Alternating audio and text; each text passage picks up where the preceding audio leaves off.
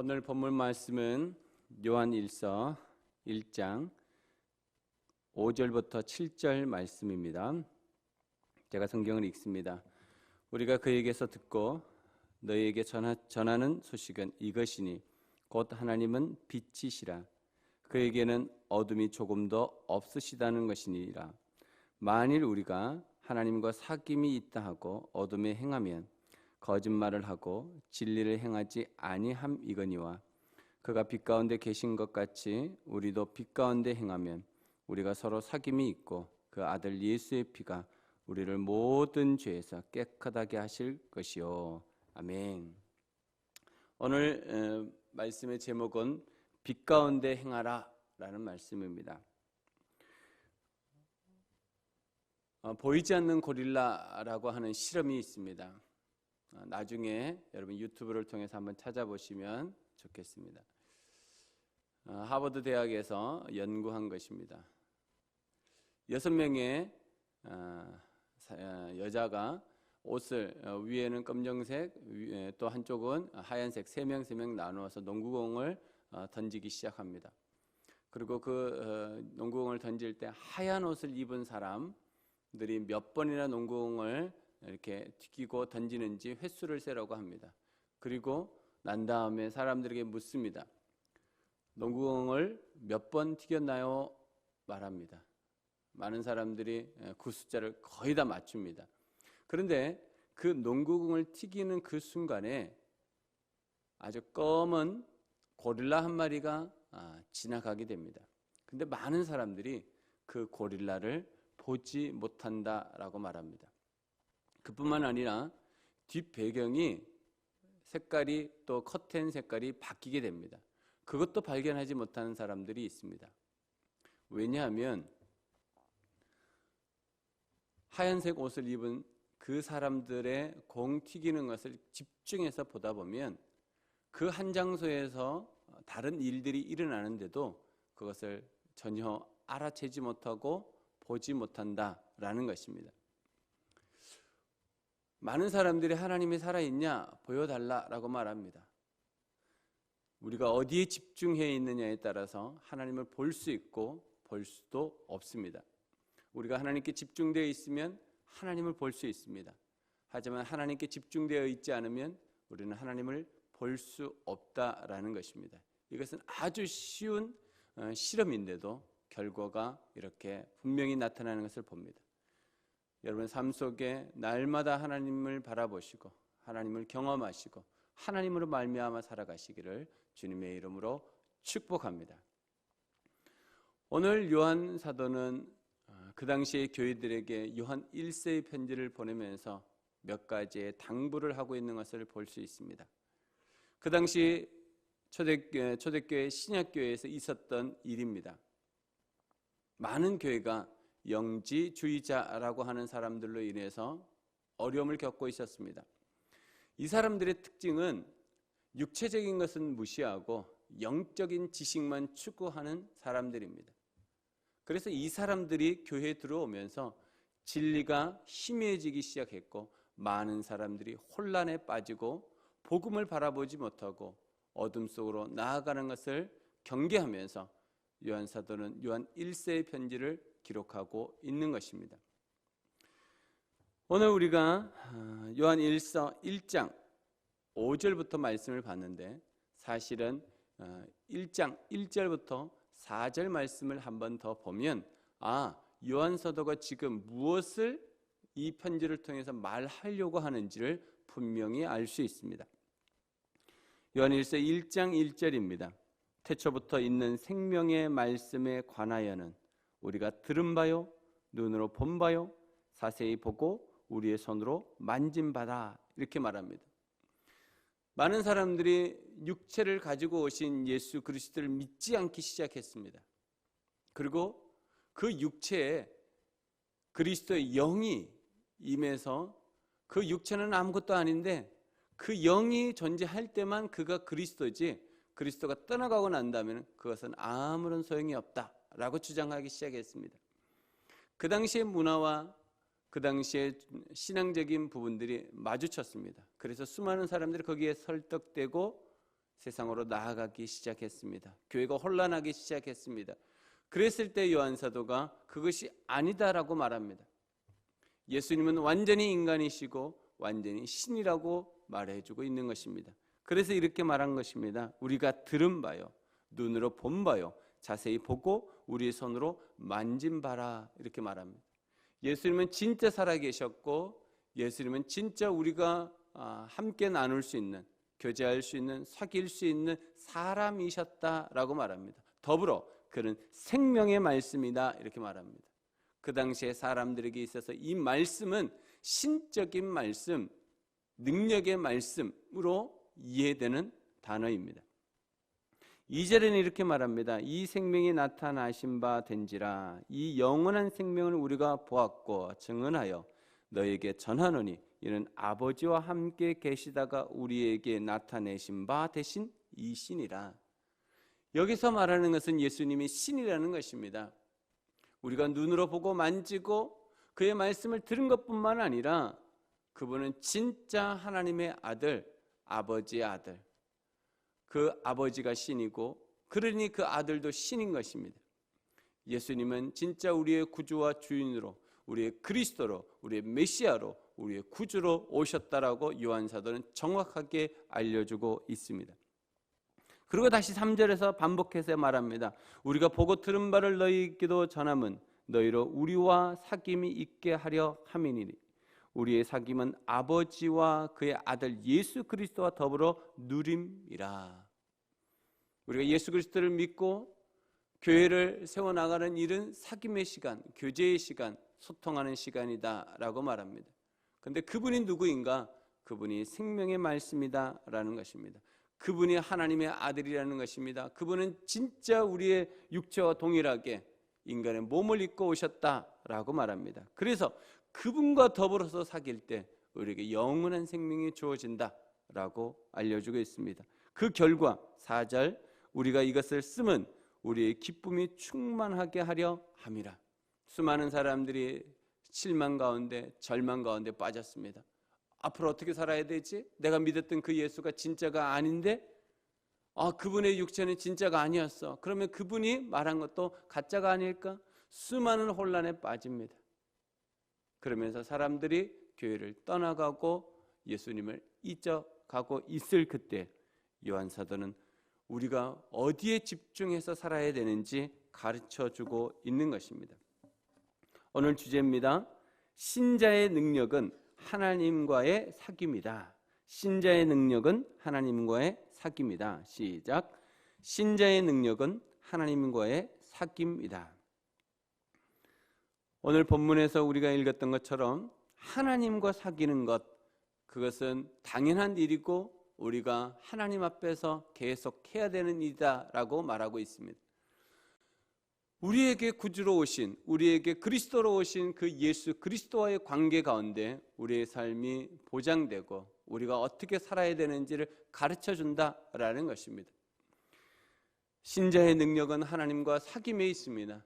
하나님에게 집중하지 않을 때 우리는 그 흰옷을 본다고 고릴라를 보지 못한 것처럼 우리는 하나님을 보지 못할 수도 있습니다.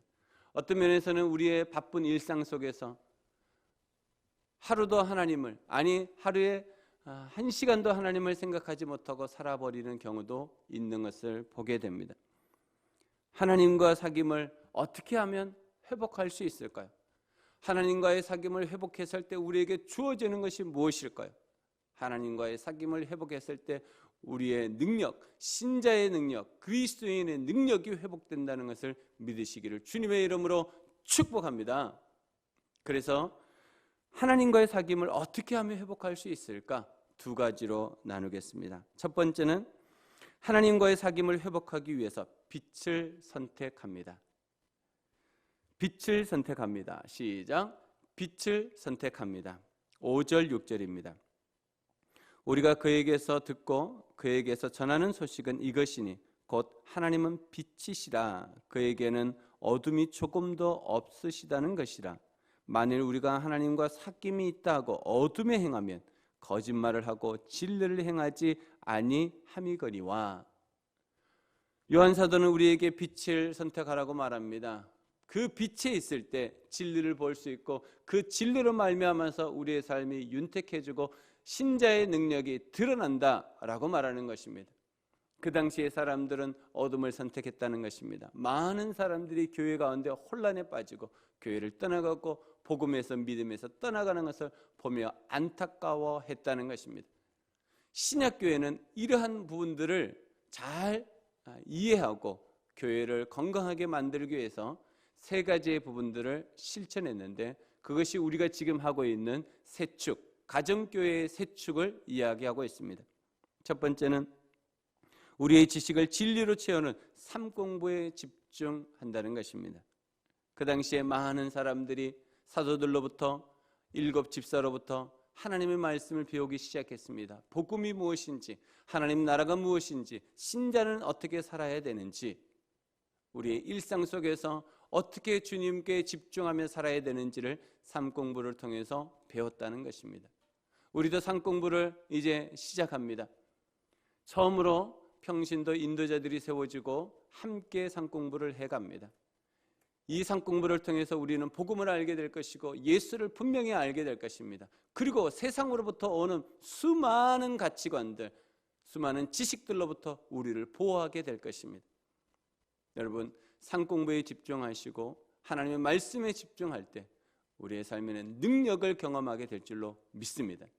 두 번째는 우리는 우리의 감정의 진리를 채우는 것이 목장 모임인 것을 압니다. 그래서 우리는 목장에서 삶을 나누고 서로 위로하고 격려하고 평일에도 서로를 격려하는 일들을 계속해 가는 것입니다. 목장은 감정을 충분히 나누는 것입니다. 서로를 안아주고 서로를 이해하고 용납하고 공감해주는 하나님의 공동체, 하나님과의 사귐을 가장 잘 드러낼 수 있는 공동체가 바로 목장입니다.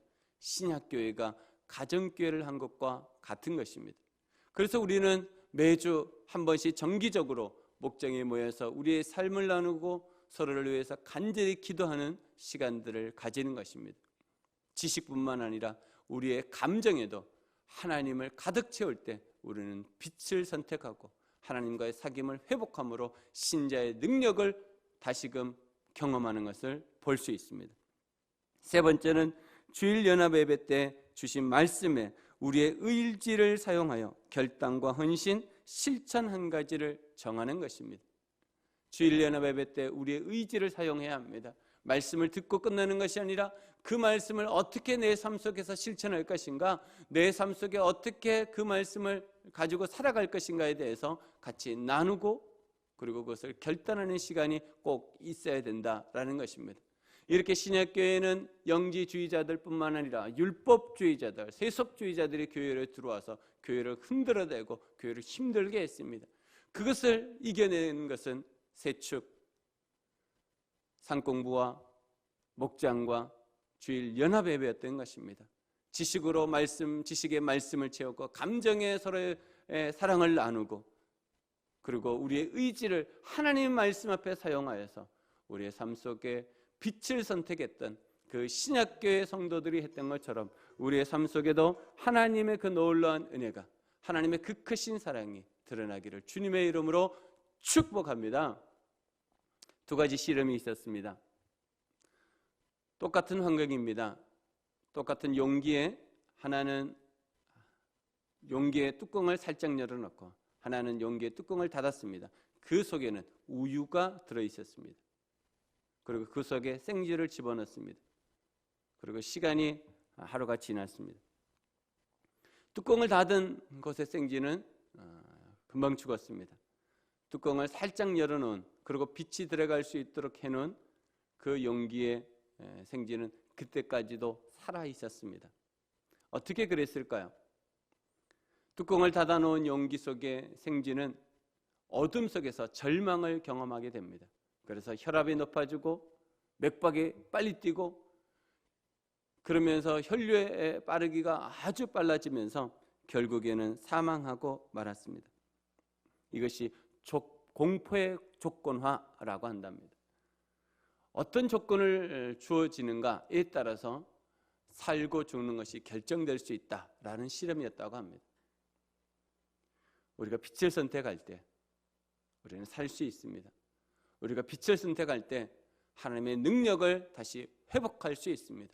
이번 한 주간 동안 하나님의 능력을 회복하기 위해서 빛을 선택하시는 우리 모든 밝은 교회 식구들이 되시기를 주님의 이름으로 축복합니다. 두 번째는 하나님과의 사귐을 회복하기 위해서 깨끗함을 유지합니다. 7절 말씀입니다. 그가 빛 가운데 계신 것 같이 우리도 빛 가운데 행하면 우리가 서로 사귐이 있고 그 아들 예수의 피가 우리를 모든 죄에서 깨끗하게 하실 것이요. 우리가 빛 가운데 거한다면 그 빛으로 말미암아서 우리가 어떤 삶을 살고 있는지가 명확하게 보이게 될 것입니다. 우리의 삶은 깨끗한 삶이어야 됩니다. 곧 거룩한 삶을 살아가야 하는 것입니다.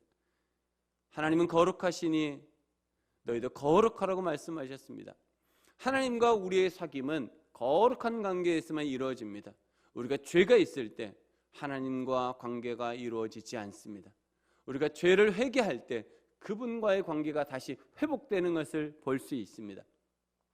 그래서 우리가 그 죄를 해결하고 하나님과의 관계를 회복하는데 우리의 정신, 우리의 사고, 우리의 생각이 중요하다는 것을 알게 된 것입니다. 그래서 신약교회에서는 4가지의 기둥을 세워놓고 그 기둥을 바라보면서 살아간 것을 우리가 알고 있습니다. 그것이 신약교회의 4기둥입니다.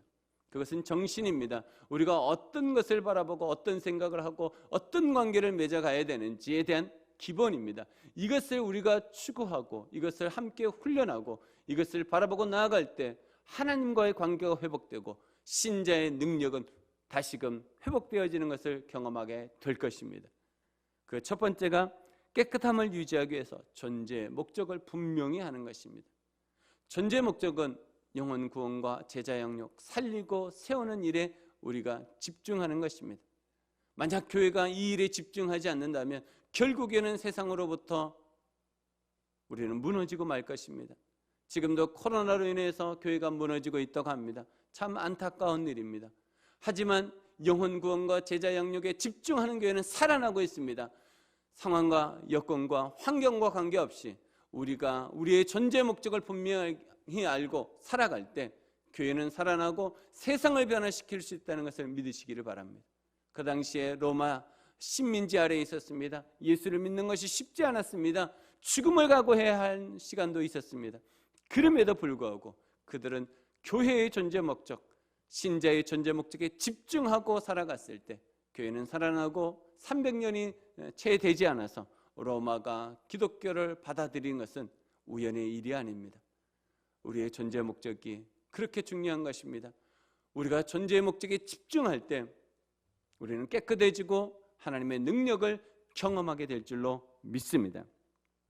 두 번째는 깨끗함을 유지하기 위해서 보고 배우는 원리를 사용해야 합니다. 예수님은 현장에서 제자들에게 가르치셨습니다. 현장에서 보여주고 직접 하게 하고 그리고 그것을 몸에 체득할 수 있도록 도와주었습니다. 3년이라는 시간, 어떤 면에서는 길다면 길고 어떤 면에서는 짧다면 짧은 그 시간 동안 제자들은 주님 앞에서 훈련되었습니다. 그리고 그것을 보여주었습니다. 그래서 신약교회가 된 것입니다. 우리도 동일합니다. 우리가 실제로 보고 배우는 원리를 사용해서 목장에서, 교회에서, 가정에서, 일터에서 예수 그리스도를 드러내는 것, 그것이 바로 우리가 깨끗함을 유지할 수 있는 길이고 거룩한 삶을 살 수 있는 길인 것입니다. 우리가 예수 그리스도를 보여줄 때, 예수 그리스도의 능력을 나타내 보여줄 때 세상은 변할 것입니다. 우리의 삶도 하나님 앞에서 온전하게 될 줄로 믿습니다. 세 번째는 깨끗함을 유지하기 위해서 사역 분담을 실천합니다. 그래서 우리는 목장과 교회 안에서 사역을 분담하고 그 사역을 서로 섬기고 있습니다. 토요일이 되면 청소하는 분들이 옵니다. 청소하는 목장이 교회를 이곳저곳 쓸고 닦고 청소를 합니다. 또 맡은 부분들을 각자의 위치에서 그 일들을 해나가고 있습니다. 아주 유기체적인 아주 좋은 모습입니다. 신약교회가 그렇게 했습니다.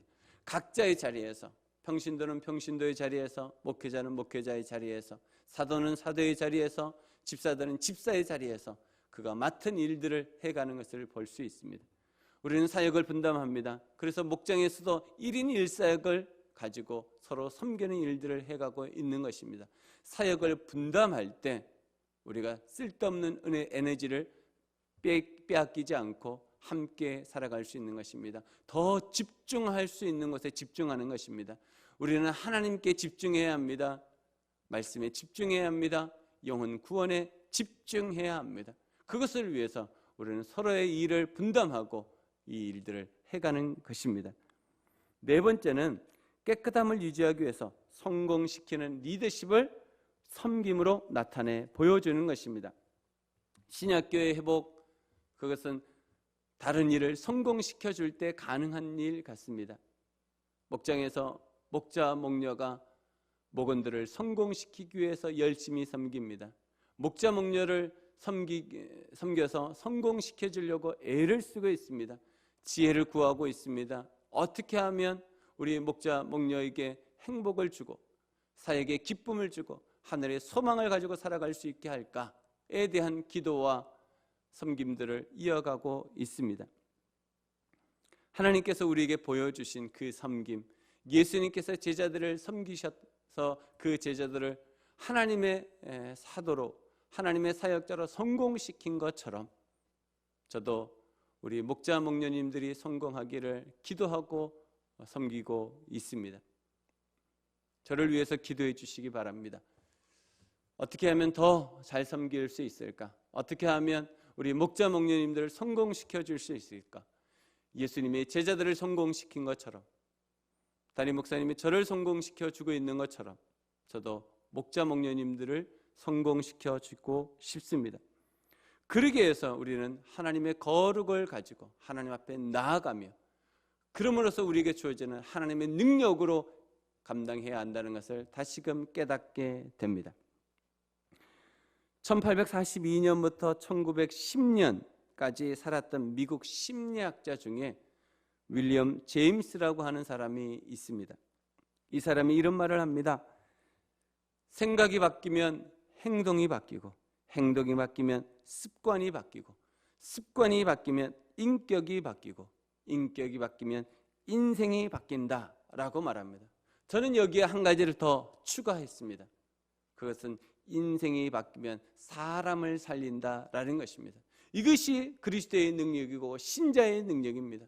우리는 변해야 합니다.